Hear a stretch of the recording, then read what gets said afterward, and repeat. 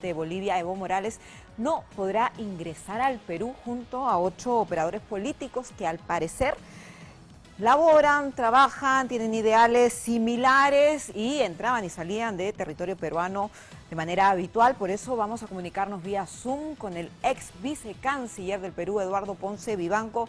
Buenas tardes, gracias por estar en contacto con nosotros. Buenas tardes, con todo gusto. Sí, si me pueden ayudar con el audio porque no le estoy escuchando muy bien al señor Vivanco. Ay, perdón.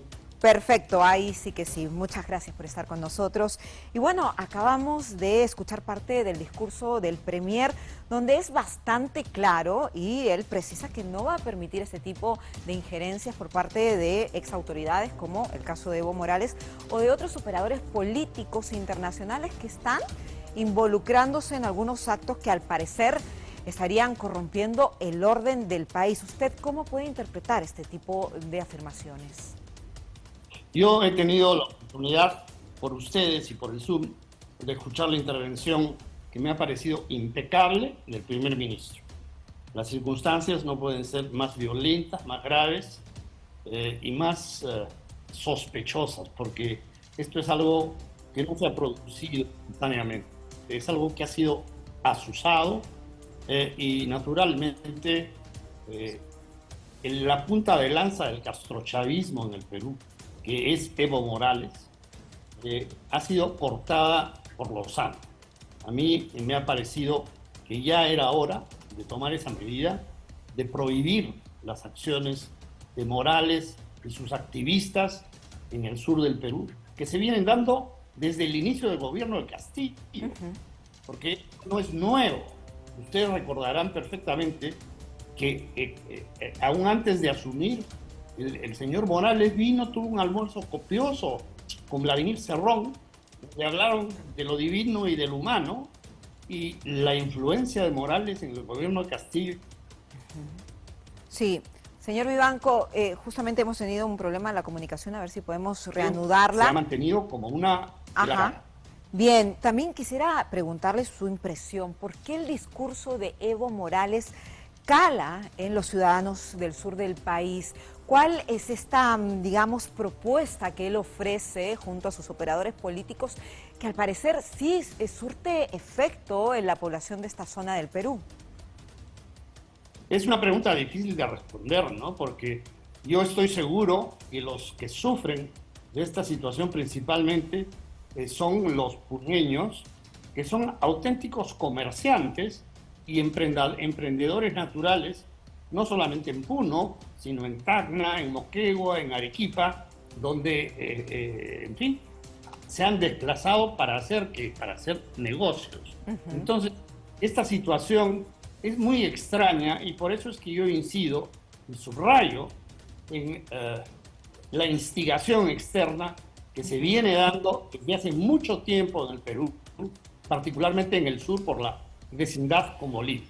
Ajá. Ahora a nivel diplomático, de embajada, sabemos que Evo Morales ya no tiene ningún cargo político o, bueno, digamos, en el gobierno boliviano. Sin embargo, él estaba viajando de manera bastante frecuente aquí al país, a través de su cuenta en Twitter, diciendo, bueno, afirmaciones de que deben dejar al pueblo manifestarse, basta de los abusos y otros temas algo, digamos, polémicos, pero ¿podría haber algún tipo de situación, por ejemplo, llamar a los representantes de la embajada en Bolivia para que rindan cuentas de este comportamiento o ya por no ser una autoridad en este país no tendría ninguna injerencia? Absolutamente, el embajador de Bolivia en el Perú, o sea, en este momento el Perú no tiene embajador en Bolivia. Ajá. La embajadora en Bolivia era una persona designada por Vladimir Cerrón porque fue su funcionaria en el gobierno de Junín. Esa señora no está más. No hay embajador del Perú en Bolivia en este momento. ¿Y el embajador boliviano aquí en territorio nacional, por ejemplo, podría ser llamado? El embajador boliviano en territorio nacional es una persona allegada a Evo Morales y está aquí tranquilamente. Y yo creo que debería revisarse su permanencia, así como se ha revisado la de el embajador de Colombia en su momento. Me parece que lo propio el embajador de Bolivia. Y el hecho de que Morales no sea presidente en este momento no quiere decir que no sea el líder del MAS, el MAS, que es el partido del gobierno de Bolivia. Y no quiere decir tampoco que no debamos, como debemos o deberíamos, hacer gestiones directas ante el presidente de Bolivia para que se controle la actitud de esta persona, de todos sus allegados, que no puede ser más lesiva para los intereses del Perú y su dignidad. En su opinión, ¿cuál es el interés de Evo Morales y de sus operadores políticos aquí en el Perú? ¿Qué gana realizando este tipo de viajes, este discurso? ¿Cuál es el propósito? Bueno, Morales tiene propósitos clarísimos que se manifiestan en su personalidad, lo que evidentemente... Sí, estamos teniendo un pequeño problema en la conexión con internet, a ver si lo podemos solucionar.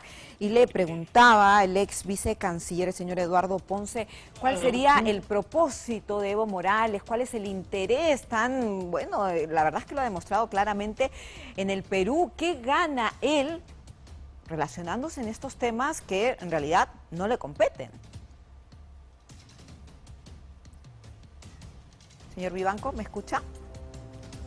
Yo le yo le escucho perfectamente. ¿Usted no me escucha a mí? Sí, hemos tenido un problema en la señal, le escuchaba con algo de dificultad, pero ahora sí, mucho mejor. Le dejé presentada la pregunta, el interés Tal vez sea porque yo del señor estoy Morales en la playa aquí en el país.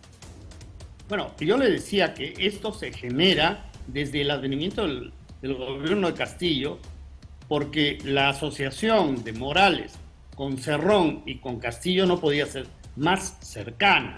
Entonces, a mí me parece muy bien que se les haya prohibido el ingreso, pero me parecería mejor que se proteste contra el gobierno de Bolivia, porque el señor Morales, después de todo, no es el gobierno de Bolivia. Y es ante el gobierno de Bolivia que la Cancillería tiene que hacer una protesta muy enérgica. Y yo creo que debería hacerse con el embajador de Bolivia en el Perú, lo mismo que se ha hecho con el embajador de Colombia en el Perú. Ajá, para finalizar, ¿qué le parece esta frase que acaba de mencionar el Premier en su presentación en el Congreso de la República? Condenando agitadores internacionales. ¿Es oportuno que tome este tipo de actitud bastante confrontacional con este tipo de actores políticos, como usted decía, de México, Colombia, Bolivia? Absolutamente, no puedo estar más de acuerdo con eso, porque verdaderamente en la génesis de todo esto ha estado el presidente López Obrador de México, el presidente de Colombia, Petro, naturalmente Fernández en un plano más tranquilo, y Evo Morales en la punta de lanza del castrochavismo en el Perú, desgraciadamente. Bien, le agradezco mucho su análisis de la situación bastante compleja que se vive actualmente en el país. Muchas gracias al señor Eduardo Ponce Vivanco, ex vicecanciller del